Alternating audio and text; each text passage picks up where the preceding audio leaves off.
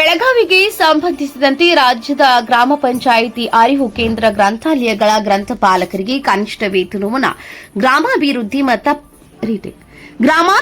ಮತ್ತು ಪಂಚಾಯತ್ ರಾಜ್ ಇಲಾಖೆಯಿಂದ ದಿನಾಂಕ 16/8/2023ರಿಂದ ಜಾರಿಯಾಗಿರುತ್ತದೆ.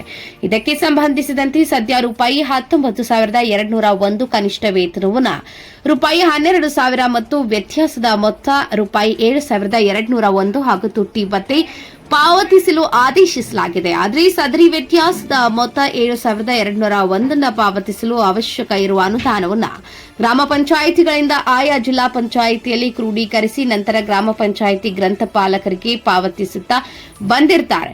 ಆದರೆ ರಾಜ್ಯದ ಬಹುತೇಕ ಜಿಲ್ಲೆಗಳಲ್ಲಿ ಉದಾಹರಣೆಗೆ ಬೆಳಗಾವಿ ಜಿಲ್ಲೆ ಸರ್ಕಾರದಿಂದ ತಿಂಗಳಿಗೆ ರೂಪಾಯಿ 12,000 ಮಾತ್ರ ಪಾವತಿಸಲಾಗುತ್ತಿದ್ದು, ಕಳೆದ 1 ವರ್ಷದಿಂದ ಜಿಲ್ಲಾ ಪಂಚಾಯಿತಿಯಿಂದ ವ್ಯತ್ಯಾಸದ ಮೊತ್ತ 7,201 ಪಾವತಿಸುತ್ತಿಲ್ಲ.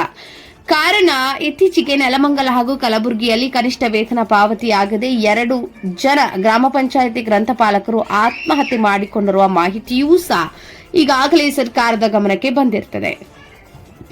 News report Somashekar Nayak, TV 20 Kannada news, Belagavi. ನಾವು ಅರಿವು ಕೇಂದ್ರ ಗ್ರಾಮ ಪಂಚಾಯತಿ ಗ್ರಂಥಾಲಯ ಮೇಲ್ವಿಚಾರಕರು ಸರ್ಕಾರಕ್ಕೆ ಹಾಗೂ ಇಲಾಖೆ ಸಚಿವರಿಗೆ ನಾವು ಮನವಿ ಮಾಡ್ಕೊಳ್ಳೋದೇನಂದ್ರ, ನಮ್ಮದು ಕನಿಷ್ಠ ವೇತನ ಜಾರಿ ಮಾಡಿದಿರಿ 3 ವರ್ಷ ಆಯ್ತು. ಇಲ್ಲಿವರೆಗೂ ನಮಗ ಕನಿಷ್ಠ ವೇತನ ಸಂಪೂರ್ಣವಾಗಿ ಕೈಗೆಟಕಿಲ್ಲ.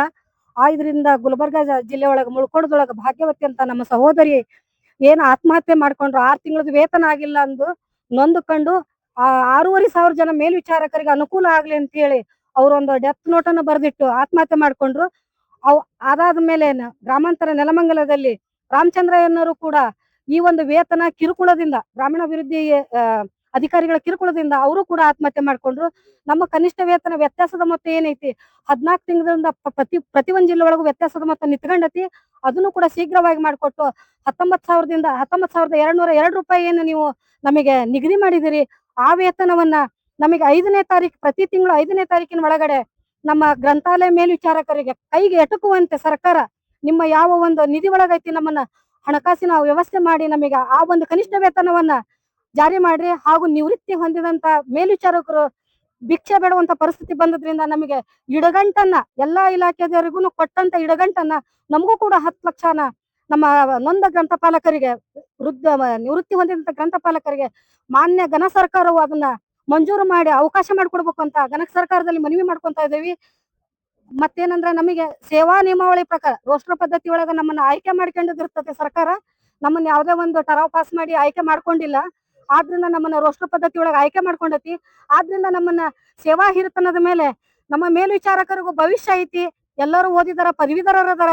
ಎಲ್ಲಾ ಉನ್ನತ ಶಿಕ್ಷಣವನ್ನು ಪಡೆದಂತ ನಮ್ಮ ಗ್ರಂಥಪಾಲಕರಿಗೆ ಬಡ್ತಿಯನ್ನು ಸೇವಾ ನಿಯಮಗಳನ್ನು ಜಾರಿ ಮಾಡಿ ಬಡ್ತಿಯನ್ನು ಕೊಟ್ಟು ಅವರ ಭವಿಷ್ಯನ ಉಜ್ವಲಗೊಳಿಸ್ಲಿ ಘನ ಸರ್ಕಾರ ಅಂತೇಳಿ ಮಾನ್ಯ ಸಚಿವರು ಹಾಗೂ ಮಾನ್ಯ ಮುಖ್ಯಮಂತ್ರಿಗಳು ಹಾಗೂ ಇಲಾಖೆ ಅಧಿಕಾರಿಗಳ ಹತ್ರ ನಮ್ಮ ರಾಜ್ಯ ಗ್ರಂಥಾಲಯ ಮೇಲ್ವಿಚಾರಕರ ಪರವಾಗಿ ಸಂಪೂರ್ಣವಾದ ನಾವು ಎಲ್ಲರೂ ಒಪ್ಪಿಗೆ ತಗೊಂಡು ನಾವು ಅಭಿನಂದನೆಗಳನ್ನು ಸಲ್ಲಿಸ್ತೇವೆ.